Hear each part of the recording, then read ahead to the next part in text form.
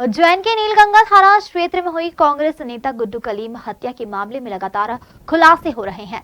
इस मामले के चलते पुलिस ने मृतक के घर को सील कर दिया था। बावजूद उसके दो बदमाशों ने गुरुवार को यहां चोरी की वारदात को अंजाम दिया।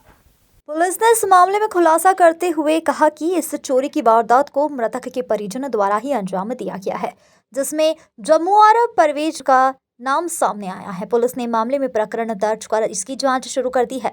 खास बात तो यह है कि हत्याकांड की घटना के बाद पुलिस ने घटनास्थल को पूरी तरीके से सील कर दिया। बावजूद उसके परिजन मृतक के घर पहुंचे और चोरी की घटना को अंजाम दिया, जिससे कहीं न कहीं घटनास्थल से साक्ष्य में छेड़छाड़ की संभावना जताई जा रही है। देखना होगा कि आगे किस तरीके के खुलासे होंगे। इस मामले में हमने मिंटू आरिफ के कमरे में और गुड्डू कलीम के कमरे में जिस दिनांक को घटनास्थल निरीक्षण किया था तथा उसके उपरांत 13 तारीख को भी एक अलमारी को रखवाने के बाद में पुनः सीलबंद किया था उनको।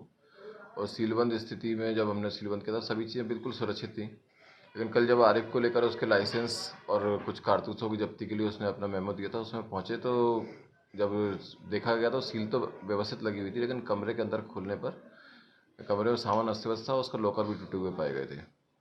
तो आरिफ के द्वारा उसके घर में रखी कुछ घड़ियाँ, 2 चांदी के बिस्किट और एक कड़ा जिसमें वो हीरे जड़े होना बताता है, सोने का कड़ा, और इसके अलावा कुछ अन्य ज्वेलरी और कागजात चोरी होना बताया और उसका लाइसेंस भी वहाँ पर नहीं मिला जहाँ पर उसने बताया था, और साथ ही बंदूक के जो कारतूस थे उसने 10-15 की संख्या में उन्होंने बताए थे, वो भी नहीं मिले थे। तब ऐसी स्थिति में जब मौके का मुआयना किया गया तो पीछे के दरवाजे में पेंचकस जैसे किसी चीज़ से खोलने के निशान थे, और तत्काल मौके पर, क्योंकि अन्य कोई व्यक्ति बाहर ही नहीं था, पूछताछ की गई तो आरिफ के द्वारा बताया गया कि उनके जो समधी वो जमाई हैं, जम्मू उर्फ निजामुद्दीन नसीरुद्दीन, जो कि शाहजहाँपुर के रहने वाले हैं, ये और इनके एक और भाई जो चचेरे भाई हैं पारू और परवेज, ये दोनों इस कमरे में पीछे खिड़की में सो के घुसे थे। तब ऐसी स्थिति में तो पूछताछ करके तत्काल उनके द्वारा पूछताछ पर एक बैग प्रस्तुत किया गया जिसमें उसका लाइसेंस भी मिला, अन्य कागजात भी मिले। तब इनके विरुद्ध पुलिस की शिकायत, स्वयं मेरी शिकायत पर एक प्रकरण पंजीबद्ध किया गया चोरी का। उज्जैन से सचिन सिन्हा की रिपोर्ट।